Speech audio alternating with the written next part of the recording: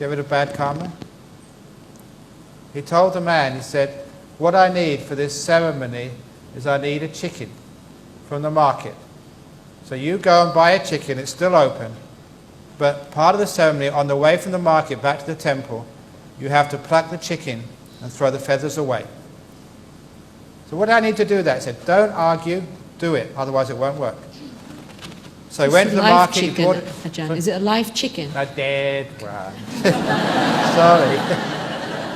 No, Poor chicken. A dead chicken from the market. So he got a dead chicken.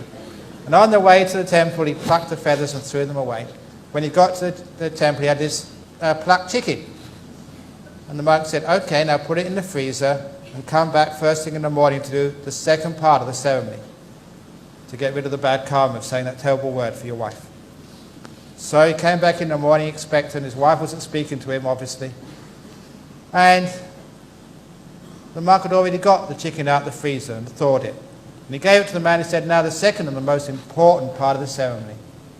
I want you to walk back to the market and pick up all the feathers you threw at the side of the road and stick them back exactly where you plucked them out from. He said, once you've stuck all those feathers back in the same place, you'll find the bad words which you said would have been removed. He said, I can't do that. He said, just the same way, when you take the feathers out of a chicken, you can't put them back again. When words come out of your mouth, you can't catch them and put them back again. Once out, they're out. So you could say that at the beginning, but by doing that little ceremony or by me telling you that story, it emphasizes the point. And this is sometimes why we chant. We can say that, be quiet, stop thinking. And let go. But you can't do that. You watch the breath and you think about this and think about that. So you do a chanting instead. Really, it doesn't matter what the words are, as long as you keep focusing on that chant. In fact, I've got a special chant which I've made for Australians, and maybe Singaporeans like this as well. Instead of chanting the word of Amitabha or Om Mani Padme Hum or any other chant, my special chant, which is very effective to stop the thinking mind, when you breathe in, you recite the word shut. When you breathe out, you recite the word up. Shut, up, shut, up.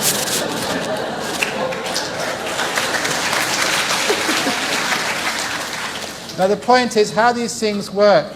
Now that's only a little bit of a joke because it actually tells you what the whole point of these words are. If it's something inspiring, which has meaning to it, you can put your full attention on it. In our Thai forest tradition, they use the word budho. Breathing in bud, breathing out to. Yesterday I told you that chant, I will die, that's for sure. I will die, that's for sure. Whatever it is, it stops you thinking, it makes you peaceful, and that means you get samadhi, the stillness of the mind. Once you have sila, virtue, and samadhi, you have the opportunity for seeing things as they truly are, getting wisdom. That has always been the path to wisdom. That is the shortcut. Chanting is one of the tools which we use. Even if you chant, start with the chanting. You'll find when you go to the temple, they'll ask you to be generous. They will ask you to keep precepts. They'll ask you to be good. So you never go to any temple in Singapore or anywhere else in the world where all you ever do is chanting. It may be the main focus. The other things comes like small print along with the deal. It's there. Is there any difference in the way Theravada and Mahayana Buddhists view death and rebirth because of the Bardo state or the intermediate state between reincarnation and any difference between the Theravada way and the Mahayana way? There is, some of the monks, actually, that I go against some of the Theravada monks, because you have what the Buddha said in Theravada, but you have the commentaries which were written about 1,000 years after the Buddha passed away. Some Theravada monks, they stick to the commentaries and they forget what the Buddha said. And it's very clear what the Buddha said, that there is such an intermediate state. And I'd argue with any monk, and I can point to the parts in the text where it says that.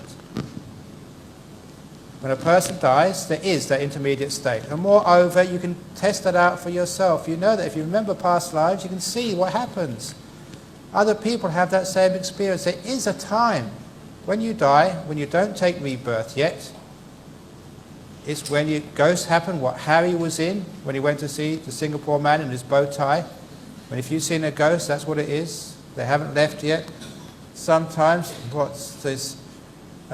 Just before I left, last Friday, one of our members, his mother died in England, and he was very upset because he lived in Perth, she lived in England. And I said, "Has she come to see you yet?" He said, "What? Have you seen her ghost yet?" And then his sort of face, hang on, strange thing happened. He had a calendar in the room. He had some figures on it, and he sort of heard it rustle. There was no wind. Every the doors were closed. He thought of his mum. So that was probably her. And when I told her, he thought about it. He came back and told me later, "Thank you so much, Ajahn Brahm. It was her. I felt it, I know." Very often, if a loved one dies, they come and visit you to say goodbye. It's examples of what actually happens. This is real. So there is that intermediate state. Sometimes when people get reborn straight away, you don't have to have that state. But many people go into that state. They linger around for a while. Sometimes they linger around for a long time. There is a special 49 days, which are in all traditions. That's an average, but you don't have to keep that. You can go early, you can go later if you wish. But sometimes it is 49 days. That's the same in all traditions. You know why it's the same? Because it's true. You don't read this in the book. Buddhism is not a tradition of Theravada, Mahayana, Zen. It's a tradition of the heart. It's Sila, Samadhi, Panya, virtue, meditation and wisdom, which is half of the 6 paramitas of the Mahayana tradition, of the Bodhisattva path. There is no real difference in practice. You may wear different robes, we have different hairstyle. Some may eat in the evening, some may not. Some may be vegetarians, some may be meat eaters, but the heart of it is the same. So yeah, there is a state after death. And that's the Buddha said that. And the Buddha, was the Buddha Theravada? Was the Buddha Zen? Was the Buddha Mahayana? The Buddha was Buddhist.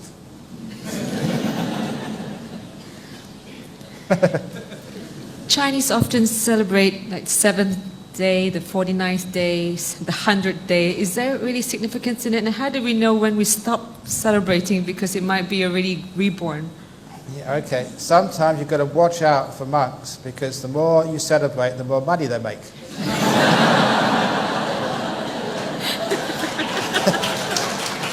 So be careful. But usually, it's not really making money. It's actually to remember your parents. And sometimes it's just a grieving process.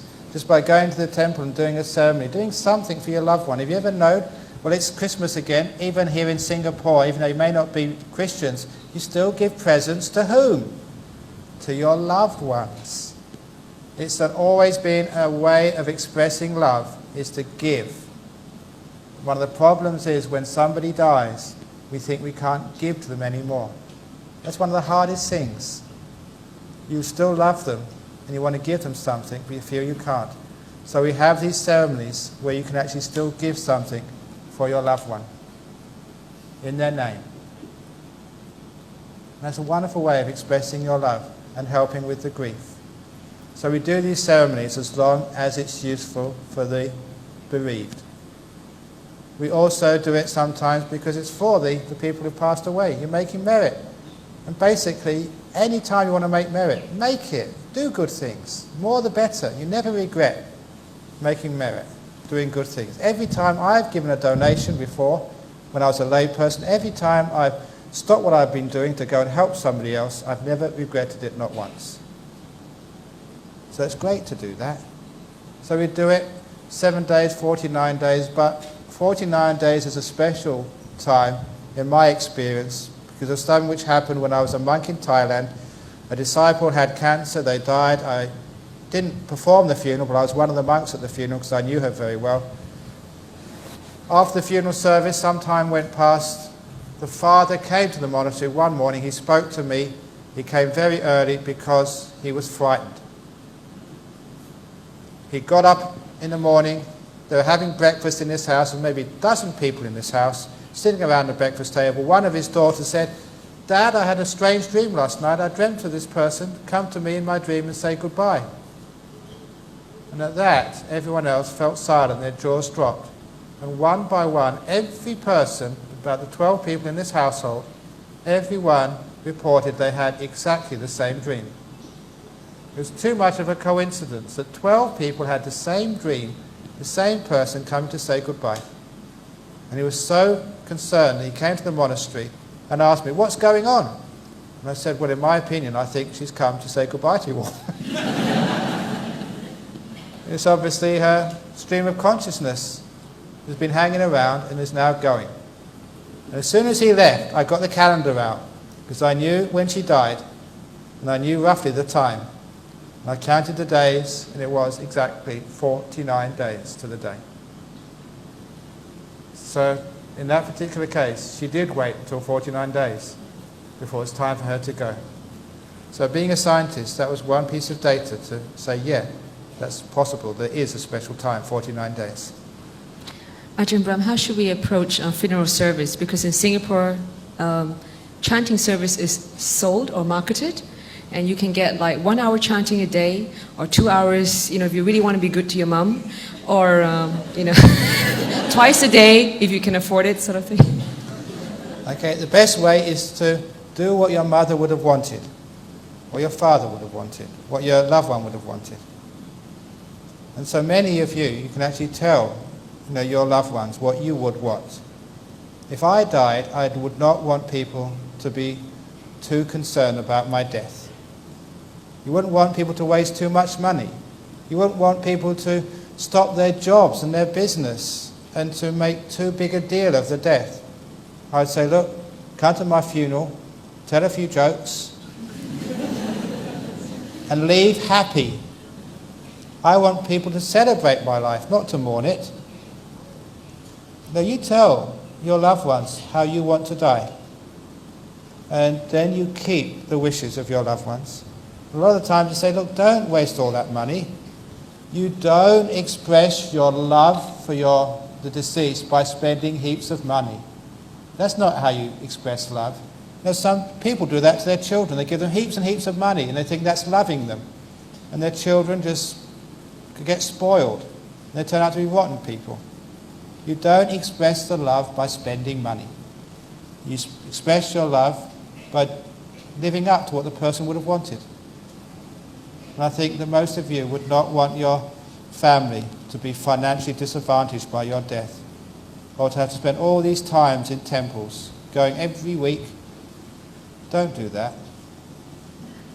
And that way, you'll be fulfilling the wishes of the loved one, and the loved one will be happy. Yes, my family have done what I wanted. Thank you so much.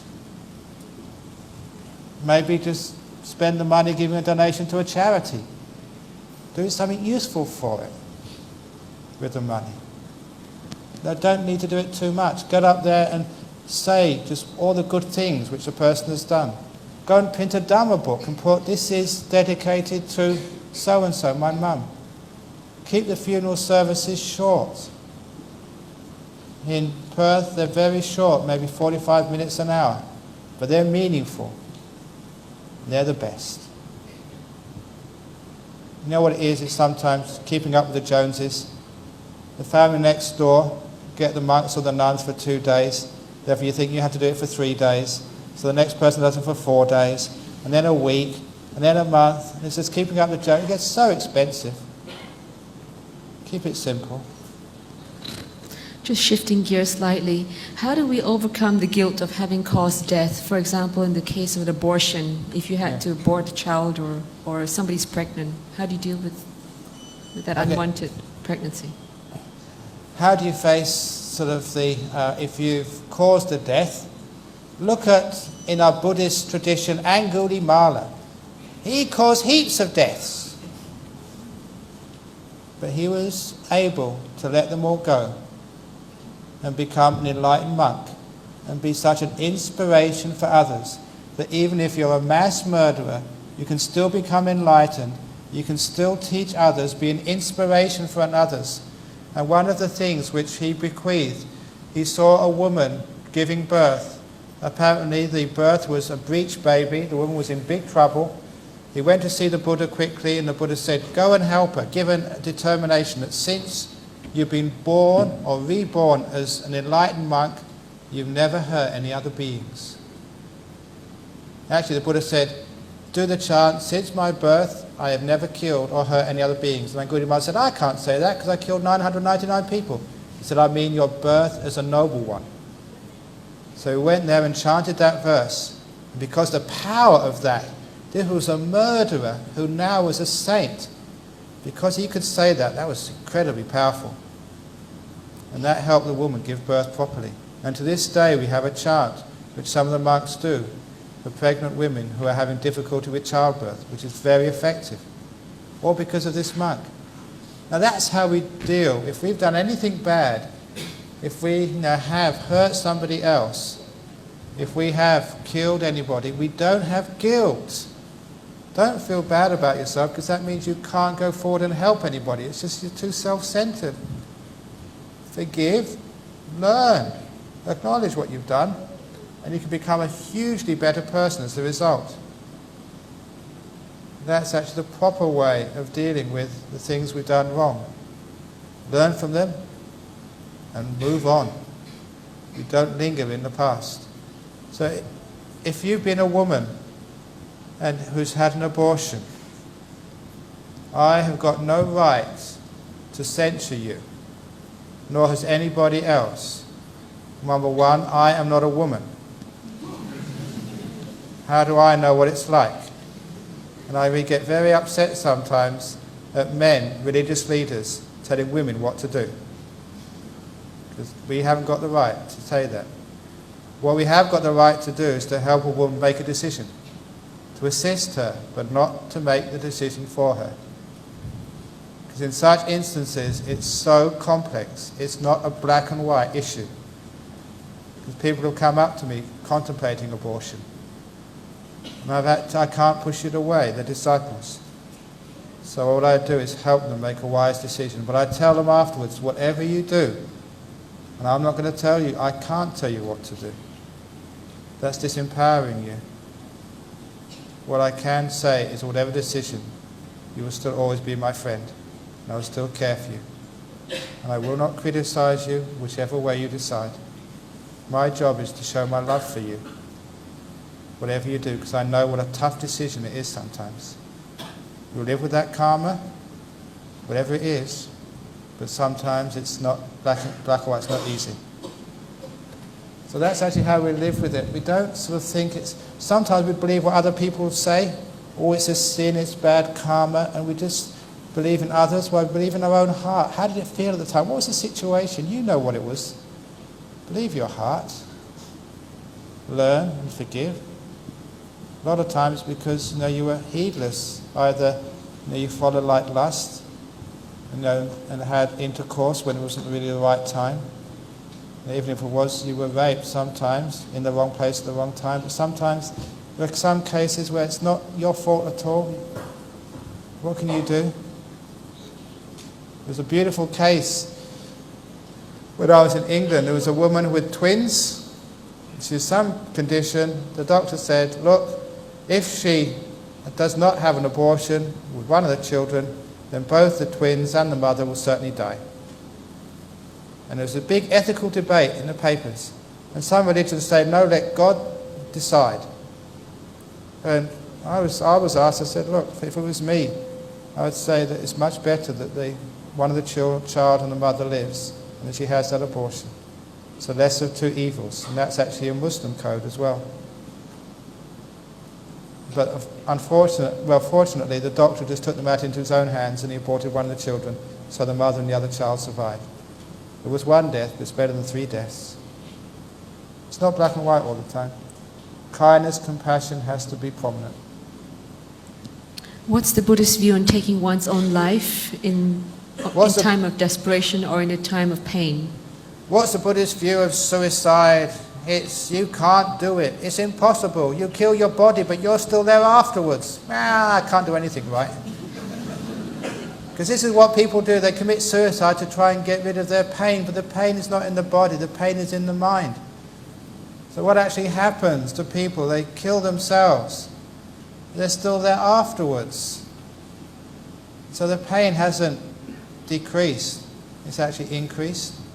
And they see what they've done, and they see the pain and the hurt which they've given their parents and loved ones. That's why it's not really an option, suicide. And one of the problems is with suicide, and this is actually one of the reasons why people do commit suicide in this life, is because they committed suicide in their previous life. It becomes a response to difficulties. If you've had difficulties in a past life and you use suicide to solve those difficulties, it becomes like a psychological learned response. And you're more likely to commit suicide again in a future life when life gets tough. That's why many people commit suicide these days. They're just repeating what they've done before. And they can't get out of that cycle. So the suicide is not a good option at all. The best option is to stop, get a good counsellor, a good friend, a good monk to talk it through. There's always something you can do. A question from someone who passed me this paper. What's the difference between Theravada and Mahayana Buddhism, and is there a conflict of interest if you practice both the paths? Oh, if you practice both the paths, sadhu, sadhu, sadhu, you're a friend of mine.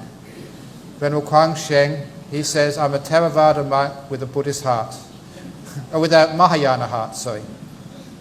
So, he calls me both. And it's wonderful to straddle the traditions. Not only that, isn't it wonderful actually to straddle the different religions as well? It doesn't matter if you're a Christian, Muslim, Buddhist. Truth straddles all religions. And no one has a franchise on the truth. It's free like the air. I know there are some sharp entrepreneurs who bottle air and sell it to you. Just like people bottle truth and say, this is the only truth. Buy it from me. The point is that you empower people, you give people the way of finding the truth out for themselves. And the truth is not owned by Theravada, Mahayana, Christianity, Islam, or whatever.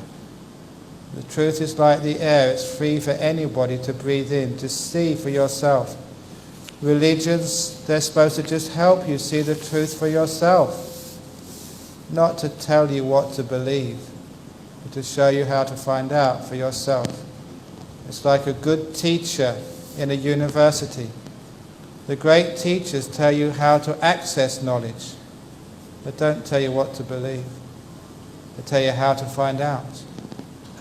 That's good modern teaching. That's good modern religion. And that way we can transcend the barriers between peoples, between races, between religions. You don't need to be a Buddhist, a Hindu, a Muslim, a Christian to know what's right and what's wrong. You can feel it in your heart. All the teachings, all the great books, they come from in here. Sorry about the microphone. They come from the heart of wise people. It's a revelation from within you. In Christianity, be still and know that thou art God, in the Psalms. In the Gnostic Gospels, he who knows themselves knows the truth of all things, quoted as a saying of Jesus. The origin of the world and the end of the world, the Buddha said, lies within this fathom-long body and mind. It does not lie in the suttas or the agamas. It does not lie in the sacred text, the Buddha said. It lies within this fathom-long body and mind. Those texts are like a treasure map. The treasure map is not the treasure. The treasure map leads you to find that what's really truthful, which is looking inside of you. Each one of you has got Buddha nature. It's got the Jesus within you. That which can open the secrets of life. of peace, of wisdom, of forgiveness, of happiness. That those books are just there to show you the way. And the way you walk yourself. Buddha's only point the way. You have to walk it for yourself. And that's the most wonderful thing. It empowers you. You have the right freedom to argue. You have the right freedom to dissent. And the more you argue, the more I love you. Because I know that you are thinking. When everybody thinks the same, I read recently, when everybody thinks the same, no one thinks at all. Thank you very much, Ajahn Brahm, for that. Could we put our hands together to thank Ajahn Brahm for his wonderful talk?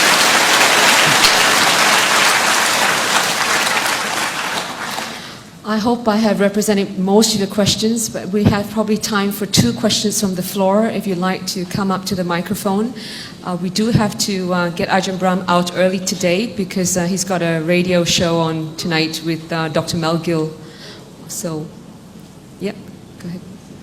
On death, Ajahn Brahm, is it relevant how long before a cremation, 1 day, 2 days, it doesn't matter? Is it relevant how long before cremation? Not relevant at all. You can burn it as quickly as possible. If you don't like burning it, you can cremate it. If you don't like burying it, you can always compost it. You can actually give it to science to be used for spare parts for other people, which is a wonderful way of making merit. Give your organs, your skin, your eyes. You won't feel pain when they're taken away from you. You feel joy, your last gift of life to others. Be an organ donor. I am an organ donor. I carry a card with me. I'm willing to give all my organs if you want them. Maybe you can have a mouth transplant and give talks like Ajahn Brahm. Yeah. Go ahead. Susan, quick one. Quick one, yes. Hello? Yeah, it's on. No. Hello? Yeah, Hello. Okay, it's on. Now I forget my question. Okay, I just want to say that just now you say that on your deathbed, it's good to be surrounded by people who are Positive. not positive. Yes. Yes. I want to say that very often in life, people who are happy when, about your death are people whom you don't like and they don't like you, or people who will benefit from your death. Those who really love you and close to you, they'll be very sad and they will be tearful. So Okay. wouldn't that, if that's the case, you want to be surrounded with positive people, is to die alone? This is actually a good question because sometimes that people, your so-called loved ones, they don't love you, they're attached to you. They own you. And they depend upon you. That's not love. Love is saying the door of my heart is open to you, Susan, no matter what you are, no matter where you go. Even if you die on me, I love you, because I free you. And what we really mean there, that's real love. If it means that without you I'll be lost, without you I can't live anymore, that's attachment, that's not love. So get the people who can really have wise love, true love, which is just wanting you to be happy and not concerned about themselves. Now, if you can have people like that, I'm not talking about the happy ones. Oh, she's going, I'm going to get my inheritance at last. Come on, hurry up. That's not the people I mean. The positive ones are really wise ones who know what love is. If you have such loved ones, the example was that wife who gave permission for her husband to die. She really loved him enough to free him. It was a selfless love, a wise love, a real spiritual love. Could That's you good comment one. quickly on accidental death and death inside the operating theatre with all those confused people, nurses and doctors? You know, they are so anxious about saving their lives. So what is the last stage in this case? But if you have an operation, people are so anxious that sometimes don't worry about trying to keep people alive too much, because in our Western society, the worst thing you can do is to allow someone to die. So I have rights for dying people. Leave us alone. So in other words, that sometimes we interfere too much. It's a quality of life is more important than quantity of life. Because people don't understand death, we interfere too much. It's not worth it. We can't go on that way because with the advances in medical science, the number of gizmos you've got, if you've got enough money, you can keep people going for a long time. But isn't that money better used for actually digging a well, so you actually give kids who've got life some water and prolonging the life of an old person who's about time they left anyway? There's no equity there in the services provided in medicine. And one of the ways of providing that equity is don't be so scared of letting people die. Yeah. Okay. Your Reverence Ajahn Brahm, Yes, me. Namaskar. Very good. I have some question for you. I hope you don't mind. Do you believe in heaven and hell? Yeah, I believe in heaven and hell. So when someone is dying, Yeah. what happened to his soul? Is ascending to heaven or just be born there? They can go to a heaven realm, they can go to a hell realm. It's not for permanent, it's only for a while. Is They- ascending to heaven or be born there? Or you can get reborn as a human being, you can go to a ghost realm, reborn as an animal. There's many places you can take rebirth in. Heaven and hell is only two possibilities, amongst many. How about AVC hell? Do you believe in AVC hell? Yeah, there is hells, and one of the reasons they're there is because people can't forgive themselves. It's the same, it's a psychology which any person who knows this area would understand. A person seeks for punishment. When they seek for punishment, sometimes they go up to a monk or a wise person, a loved one, and say, look, forgive yourself. They can't. Because they can't, we choose to go to hell. Now this is a powerful statement. I'm not saying this lightly. A person when they die, because they don't know how to forgive themselves, they actually choose to go. Was it really said by Buddha himself, or it was just merely a narrative of Hinduism to scare No, people it was from said by the doing evil Buddha karma? himself. It's said by Said the by Buddha Buddha, himself. said by Buddha himself. Yes, yes. And monks can actually justify that. They know it's true. You know those realms exist. You know from your own experience in meditation. And you know why those realms exist. The descriptions they had of hell, which you read in the books, are just allegories. Because the suffering in a hell is so hard to explain. For example, there was a fellow, a disciple in Perth, who had this terrible back pain. And I'm not sure if they still have this, but in the hospitals, in palliative care, they used a scheme so that he could have some language, some way of describing how he felt to his relations. They said the sort of pain you're experiencing every moment is like having your leg cut off with a saw. He wasn't having his leg cut off with a saw. He said that's the sort of pain this man is experiencing all the time because of his sickness. When the Buddha said being boiled in sort of pots of oil, or being sawn or being pierced, that's not what's happening in a hell, but that's what you see in the temple drawings. But that is some way of understanding the sort of pain which people put themselves through. It's called penance. It's not a delusion. It's not an illusion, it is a real mental phenomenon. If you've ever had deep guilt, depression, fear, psychosis, you would know sometimes what it's like to be in hell. That's why there's a very famous Zen story. This samurai warrior went to see the monk and said, look, I always wanted to ask the same question, is there a heaven, is there a hell? The monk looked at him and said, I don't answer questions from stupid people like you. And he said, I am not stupid, I am a samurai. Country bumpkins like you don't get allowed to become samurais. And this guy got really angry, pulled out his sword. Listen, if you don't behave yourself and show some respect, I'll cut your head off. You couldn't even slice a loaf of bread with that. And the samurai was so angry, he was about to cut the monk's head off and said, that's hell. The samurai understood. The thought which would cut off a monk's head, the anger, the conceit, that's what it's like to be in hell, but all the time. And the samurai understood the meaning. And he got down on his, put his sword away, got down on his feet. At last I've met a wise master who can actually teach me something, not just from theory, but from practice.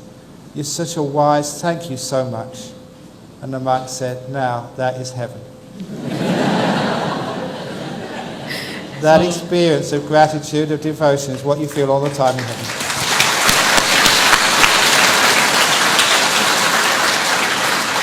Yep. Just a quick question, please. Thank you. Do you recommend embalming? Embalming? You can embalm if you like it. Some tradition does not advise it. But you can do whatever you want when somebody dies. The person's already gone, it's just a body, that's all. One of the best ways, they used to do this, first of all I thought it was only a Tibetan tradition of sky burials. It was very common in Thailand. In a monastery where I ordained in Wat Saket, it used to be the funeral monastery of Bangkok. And I saw some pictures in a book recently. This was only about 100 years ago. They used to get all the dead people from Bangkok, take them to this monastery, and the vultures would eat them. That's called recycling. It's one of the most environmental friendly ways of dealing with a body. The birds are happy. There's any diseases that goes into the birds, it all gets sorted out, and there's nothing left. One of the problems these days in Singapore, I heard this in Australia, there's no cemetery space anymore. So much so they're starting to have the idea, instead of actually burying people flat, to bury them vertically, because it takes less space. But even in crematoriums, it takes up so much energy and it releases so many greenhouse gases. So isn't it much better to be eaten by the birds? Some tradition are against it. The traditions, I don't see why, because it's only the body. Once the body is gone, it's not a person, it's the four elements. To go back to the Buddha, the way he taught, this is just like a vehicle, it's not the driver. Sometimes you can identify with your car. Some men, when they get behind the wheel of a Porsche, they become completely different people. But it's the same in your body. This is only your vehicle. It's not the driver. So when the vehicle is no longer of use, you dispose of it in the most environmentally friendly, careful way. You don't worry too much about a body. So if you want to embalm it, if you want to give your organs to charity, if you want to sort of put it in the ground, burial, sky burial, let the birds eat it, put it in the compost heap, whatever you want to do, it's not important. Thank you very much, Ajahn Brahm. And a round of applause, please. Okay, we have one more night, tomorrow night. Please come back, especially if you've got lots more questions in your mind that's unanswered. And tomorrow night is on effective response to the insecurities of life. And I'm sure many of us have many insecurities about our lives. So it's a topic that's definitely close to our hearts. Now, those of you who would like to get your books signed, you can please start queuing up now. Those of you who haven't got your books yet, they are available. Do pick up a CD on your way out. There are talks by Ajahn Brahm and also Buddhist hymns that you may have heard over the sound system as you're entering. So those of you who haven't rushed off yet, if you don't mind, put your hands together and let's just dedicate our merits. Hang on before. May we dedicate our merits to the cultivation of our mind, to the good health of Ajahn Brahm, so that he can continue to benefit many sentient beings. And may you all be blessed by the Triple Gem and always follow the path towards gaining enlightenment. So we say sadhu 3 times. Sadhu, sadhu, sadhu. Okay, to exit, I'll just make a few announcements. The youth group has announced that you can join them on the 25th December Christmas barbecue at Changi Cottage. You may see the youth